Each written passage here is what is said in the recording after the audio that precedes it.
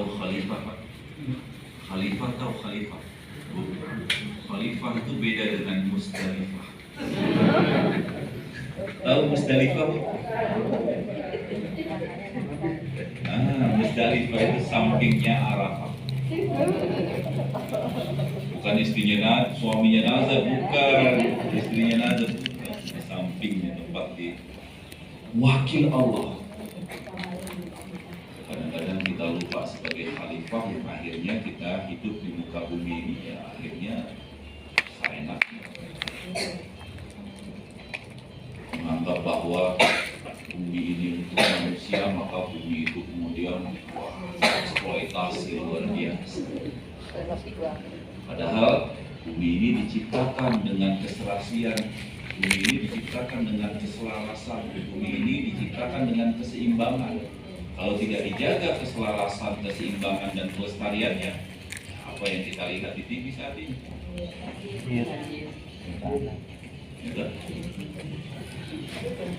Ya, ini bicara soal tauhid tadi.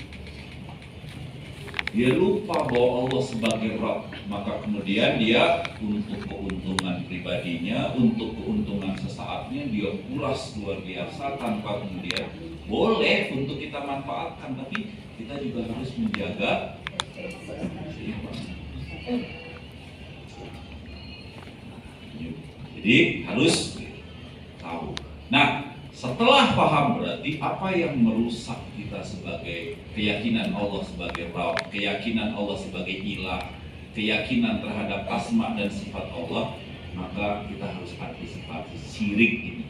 Baik syirik dalam definisi yang besar maupun syirik dalam definisi yang bahkan saat ini syirik itu juga terus berevolusi. Bahkan saat ini syirik itu, covernya sudah berubah, terus dinamis, yang sangat-sangat luar biasa halus, bahkan dengan kata-kata yang kesannya indah. Berupa kalau anak-anak hashtag-hashtagnya apa lupa? Dewi Fortuna belum memihak.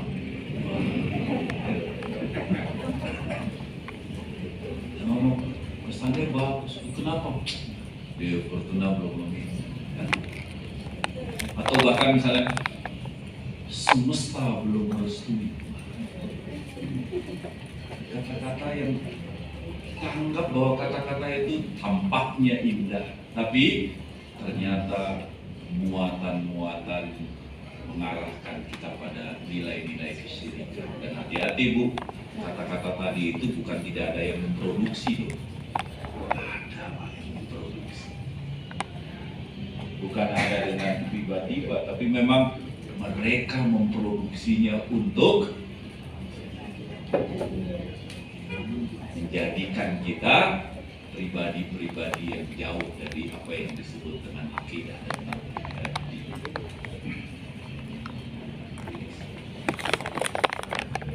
Apalagi prinsip utamanya adalah bagaimana akidah ini harus benar-benar. Ini penting sekali. Jadi syirik tadi harus kita pahami dengan baik. Ya, tentu syirik dalam arti besar ya tentu kita pahami menyembah selain Allah. Bahaya ini, tidak diampuni dosanya ini. Kan orang yang syirik itu disebut dengan musyrik ya. Nggak boleh. Berarti artinya apa? Menyembah selain Allah, bersandar kepada selain Allah. Apakah bersandarnya kepada orang hidup dengan mengkultuskan seseorang dan dianggap seseorang itu mendatangkan kebaikan dan memberikan keburukan kepada kita, padahal kita harus yakini Allah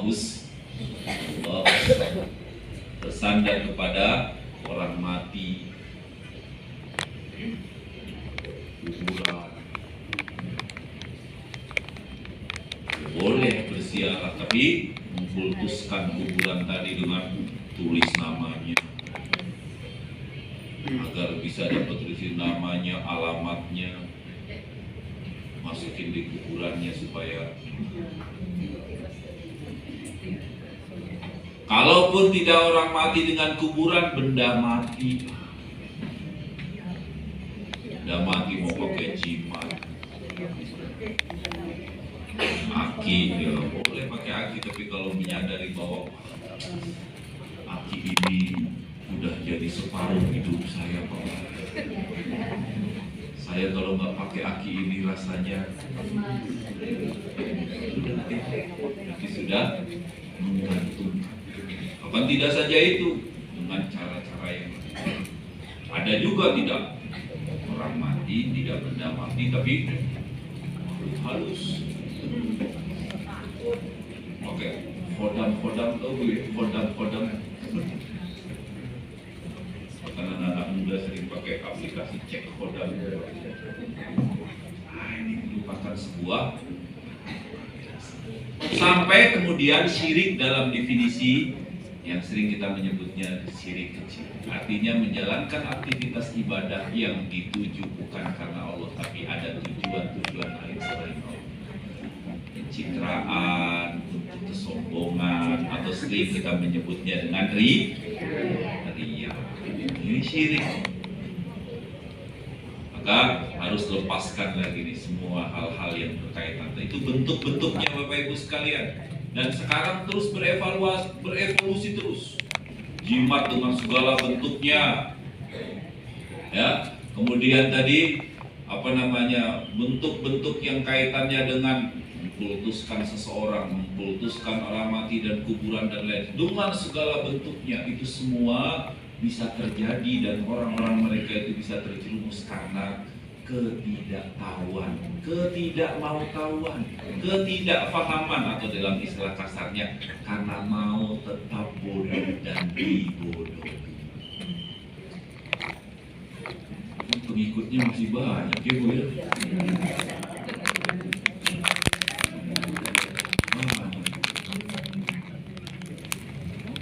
Saya tadi lagi habis cek itu untuk bicara soal ini, saya cek berapa sih aliran yang sesat di Indonesia. Itu lebih dari 300. Dari 300. Ya. Ada populer, ada Lia Eden. Ya toh, dia mengaku Nabi, mengaku pernah mendapatkan wahyu, Nabi pertama wanita. Ada Ahmad Musotek yang dapat wahyu di puncak kubur. Di penjara itu. Bahkan ada yang baru keluar itu. Coba Kanjeng.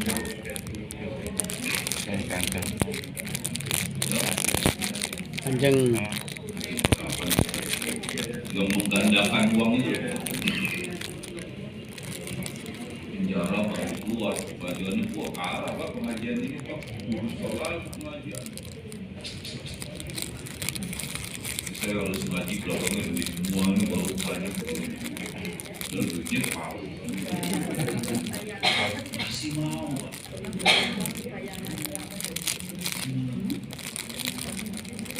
Jadi terus saja dibodohi terus.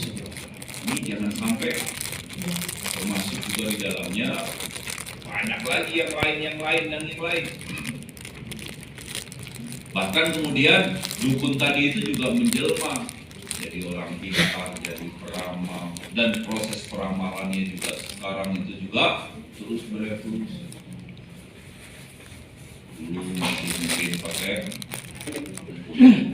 zodiak ya, sekarang dengan cara yang luar biasa, pakai kartu tarot dan lain sebagainya. Ini terus ada covernya, maka kita harus benar-benar jeli dan harus benar-benar memastikan apakah itu benar-benar masuk kaitannya dengan merusak akidah. Nah, dengan kesadaran dengan kesadaran Allahu Ahad, Allahu Samad, dengan kesadaran Malikin Nas, Ilahin Nas, itu harus benar-benar terpakai. Harus hati-hati, nggak bisa tidak, harus hati-hati.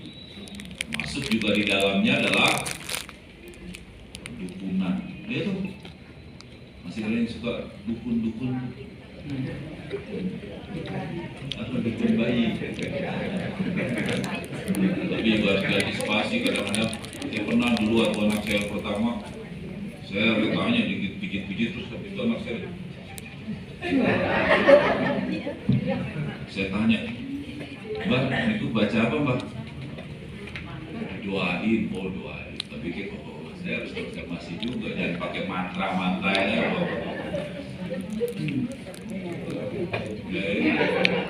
Bagus, ya boleh. Ruqyah yang syariah nggak ada masalah selama ruqyahnya tadi itu benar-benar dengan syariah, bacaannya ayat Quran jelas, maknanya jelas, kandungannya. Nggak bukan mantra-mantra yang nggak bisa kita pahami. Kalau ucapannya nggak bisa kita pahami, bahasa apa itu dan lain sebagainya, bagian dari hal yang mengarah ke begitu.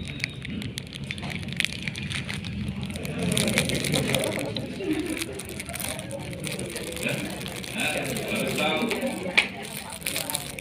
mau dibodohi apa itu, ini khusus nih yang bisa saja itu. Saya bahasa saya dengan sudah jelas itu dari bohongi aja. Ada ini, ya, jangan sampai lagi kemudian mengarah pada udah santet, habis santet, pelet, lagi dengan segala bentuk-bentuk yang lain. Ya, saya rasa sampai saat ini dengan segala bentuk cara dan jangan sampai itu harus benar-benar termasuk juga di dalamnya adalah hal-hal yang menjadi kepercayaan nenek moyang kita yang secara khusus tidak bisa kita pertahankan dan kita tidak bisa kemudian terus ya pelan-pelan lah ya. Tentu mungkin kita punya orang tua sebelumnya dengan segala bentuk kepercayaannya, tapi ya tentu kita respon, memberikan edukasi ya, pelan-pelan. Saya dulu nikah, saya orang Kulon Progo, nikah di Kulon Progo, bantal taruh di atas ya Pak. Bantal di atas genteng, saya tahu itu. Saya tanya, kenapa Bang kok taruh genteng? Ya biar betah katanya, biar betah katanya. Udahlah, saya masih thinking biar betah, tapi sebetulnya ya kita pelan-pelan lagu ya. Sotok kuning, ribut itu nggak jadi nikah nanti saya. Saya rasa itu bagian dari syiar dan dakwah. Ya dakwah kan harus juga bil hikmah dan lain sebagainya. Jadi itu juga penting. Ya, problem ruqyah ya saya rasa selama kemudian syariah dilakukan sesuai dengan apa yang menjadi tuntunan syariat, tidak ada masalah. Tapi kalau udah mengarah pada jampi-jampi tertentu, praktek-praktek ritus tertentu, termasuk juga syarat-syarat tertentu yang secara khusus menjadi sajian-sajian, termasuk juga di dalamnya adalah kurban-kurban atau sembelihan-sembelihan tertentu, dan itulah yang kemudian mengarah pada hal-hal yang syirik. Wah, kalau kayak gini sepertinya memang harus disembelih kambing pada malam ini ternyata Ustaz punya usut, orang pinternya memang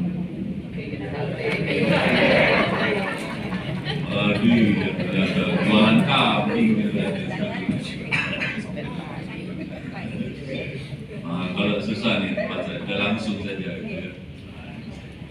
Ini ya, kalau misalnya secara khusus itu ya kita lakukan dalam rangka untuk kita kurban, dalam rangka untuk kita bersedekah. Tapi ketika itu dalam rangka untuk dijadikan sebagai sarana, dijadikan sebagai alat dalam rangka untuk, nah itu jadi nggak boleh. Bahkan itu menjadi haram hukumnya itu, ya. Wa ma uhilla li ghairillah.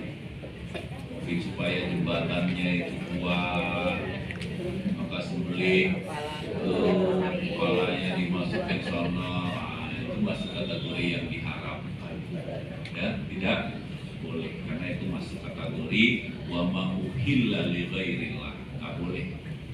Termasuk juga di dalamnya adalah hal-hal yang berkaitan dengan sihir. Nah, itu juga tentu harus diantisipasi kaitannya dengan perdukunan dan lain sebagainya, ilmu perbintangan. Ini juga ya, baik sekali. Zodiak, baca aja jangan deh. Kalau baca itu bisa jadi setan bisa masuk dari situ. Kayaknya dia juga ya. Kok bener ya? Kok bisa pas ya? Jangan baca aja, udah langsung saja. Maka ibu ketika nanti di sini dapat share-sharean, jangan share lagi, udah. Sebarkan pesan ini kepada 30 teman. Iya, kalau Anda sebarkan ke 30 teman Anda akan dapat 30 kebaikan. Kalau tidak menyebar maka akan dapat 30 kejelekan. Saya bingung karena temannya di HP cuma 25.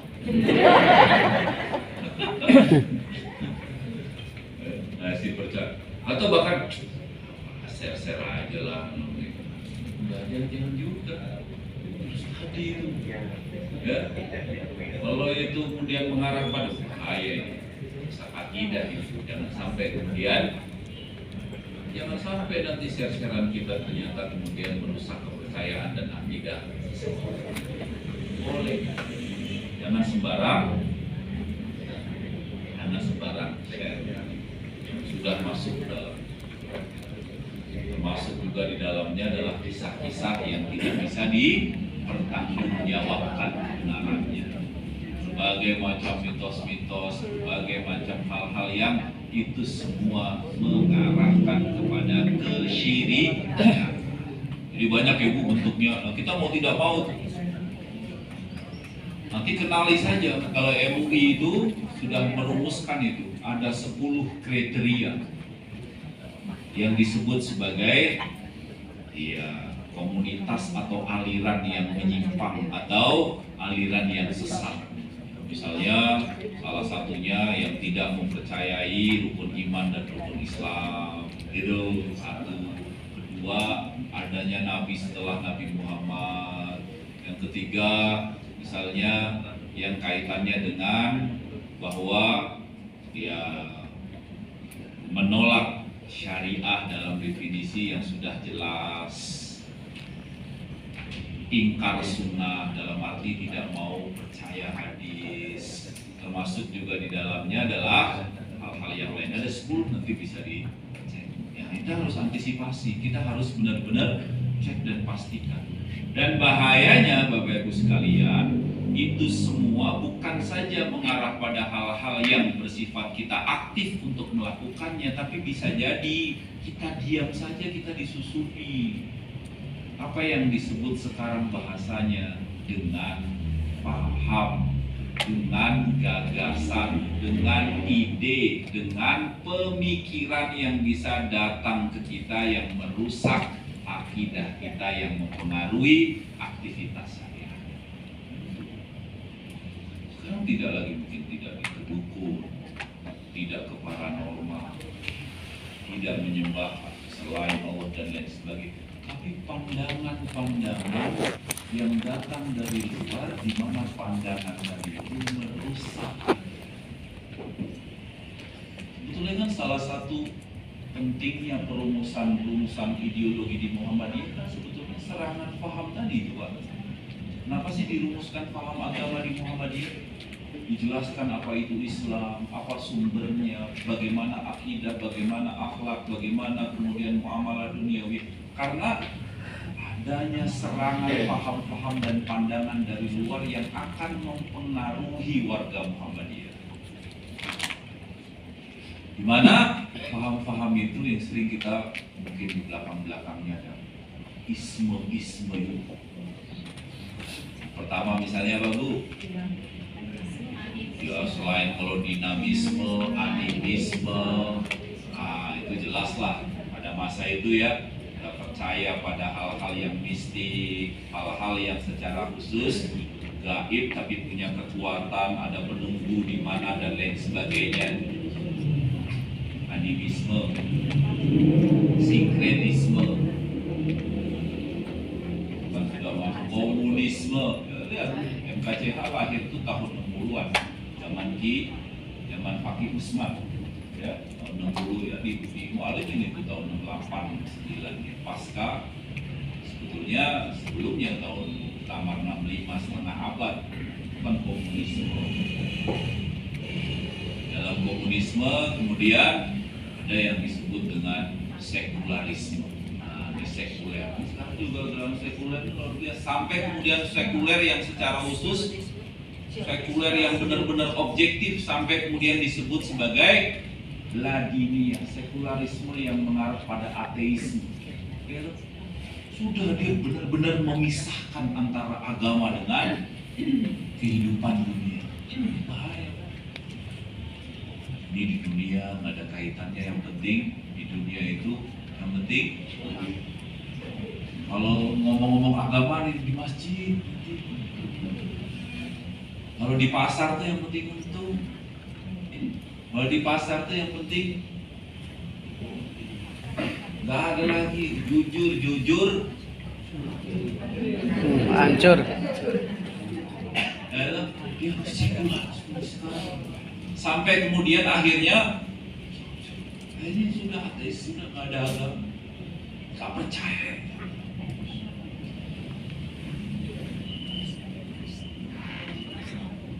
Minimal sebelum ateis dia mungkin masuk pada agnostik. Banyak informasinya di kalangan pemuda, anak-anak mahasiswa sekarang.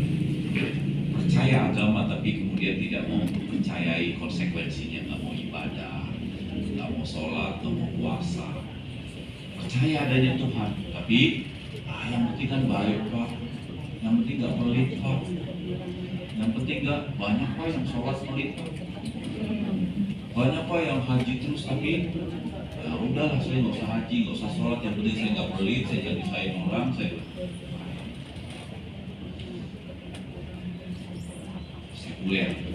sekulerisme. Jangan hati-hati. Padahal dalam prinsip ajaran kita, akidah itu menjadi fondasi dalam kehidupan kita. Akidah itu menjadi fondasi segala bentuk amal perbuatan kita.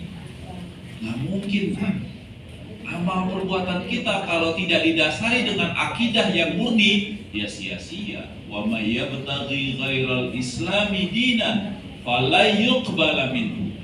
Gak akan pernah diterima. Wa huwa fil akhirati minal khasirin. Dia akan rugi di akhirat. Rugi di akhirat itu artinya apa, Bu? Neraka. Manusawab wa husnul iqab. Terbakarnya pahala yang datang malah siksa. Kebaikan-kebaikan di dunia tidak berharga karena kebaikan tadi tidak didasari dan tidak ada fondasi Islam. Kalau dia protes nanti dia mau hisab, saya banyak amal baik. Allah cuma bilang, baik untuk siapa? Kalau untuk selain saya ya minta sana sama. Sampai padahal itu fondasinya. Nah, gerakan ini dan paham ini besar dan sangat-sangat masif saat ini Bapak Ibu sekalian. Kita diam saja, serangan mereka. Tadi saya sebut tadi, diproduksi Bu Pak, kata-kata, paham yang kemudian kata-kata, paham dan ide tadi seolah-olah menarik, seolah-olah kemudian indah, tapi ternyata itu merusak. Sekularisme, siapa lagi Pak? Orang menyebutnya kan sektilis, ya, UI menyebutnya sekularisme. Artinya itu pluralisme. Pluralisme ini menyamaratakan agama, menganggap bahwa semua agama benar. Tidak loh dengan pluralitas. Kalau pluralitas itu bentuk toleransi. Kita meyakini adanya keragaman, meyakini, tapi tidak meyakini kebenaran. Karena kita pahami inna dina indallahil Islam. Nah, sekarang yang penting baik, mau apapun agamanya, siapapun Tuhannya, bagaimanapun bentuk ritualnya, semuanya sama, tujuannya sama, surga.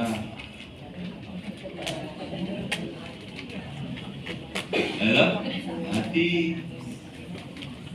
Bahkan kemudian sekarang bentuknya ya akhirnya berimplikasi pada akhirnya apa?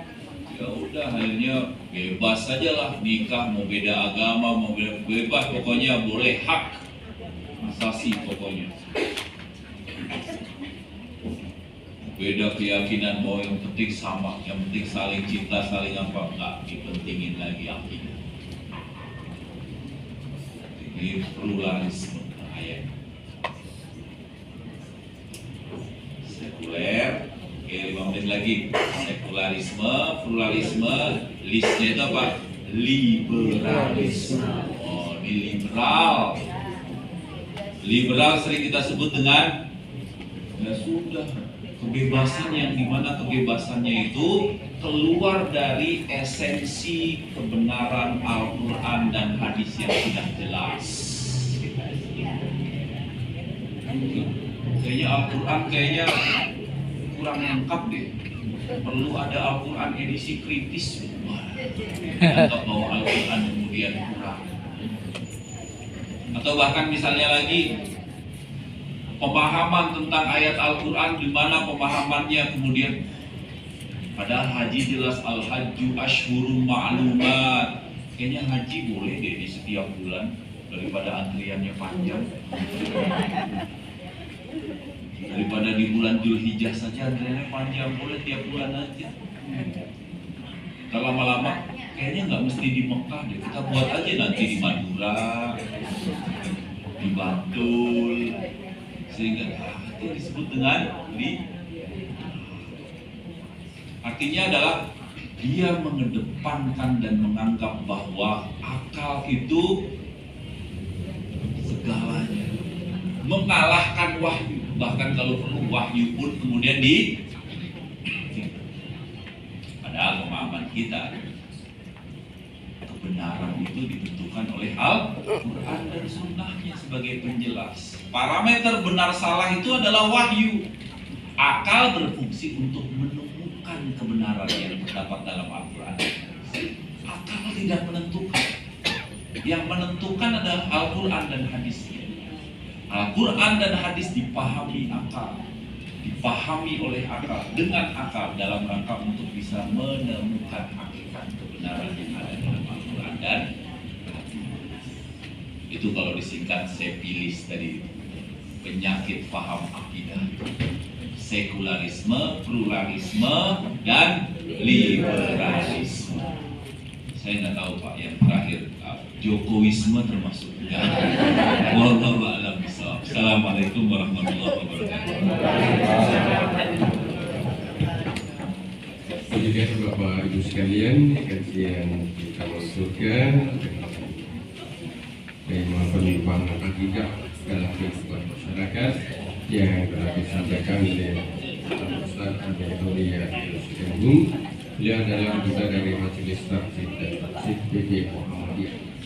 Informasi untuk infak pada pagi hari ini mendapatkan 695.000 rupiah. Pun yang bolong, yang mana nanya mereka.